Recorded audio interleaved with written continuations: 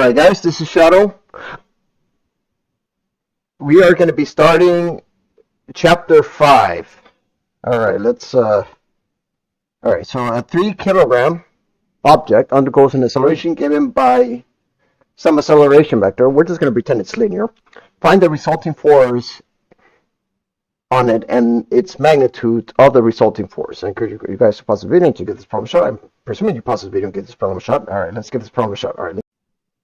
Alright, so let's do number 1. Right, so you have a 3 kilogram object.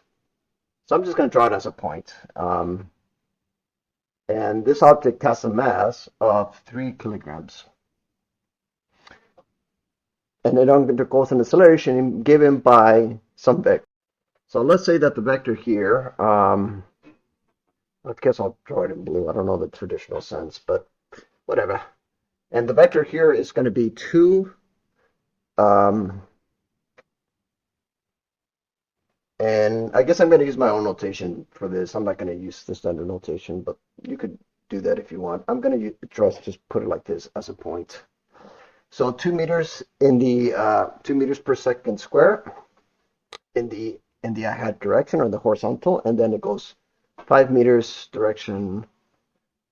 So as you can see, if you take the Pythagorean theorem, this object is going to go travel in this blue line pathway. But for now, I'm just going to pretend it's linear because really you could solve it however you want. The question is asking, find the, well, this is a pretty easy problem, so it doesn't really matter how you solve it. Find the resulting force acting on it and the magnitude of that resulting force.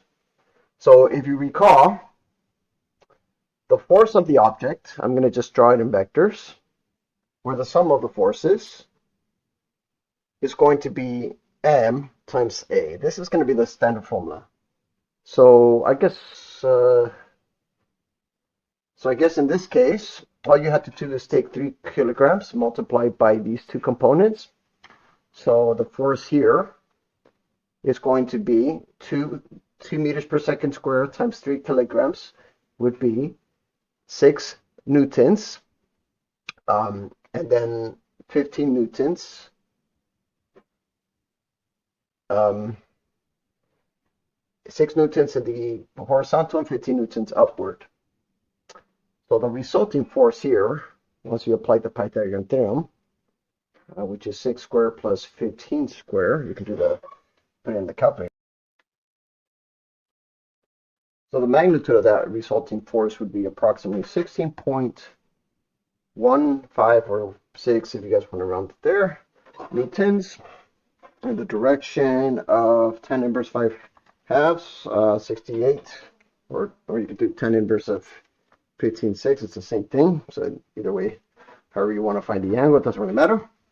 But the angle is going to be some force that has a magnitude of 16.16 newtons, and the angle being 68.2 degrees. And that's as much as they're asking for. All right, we're done.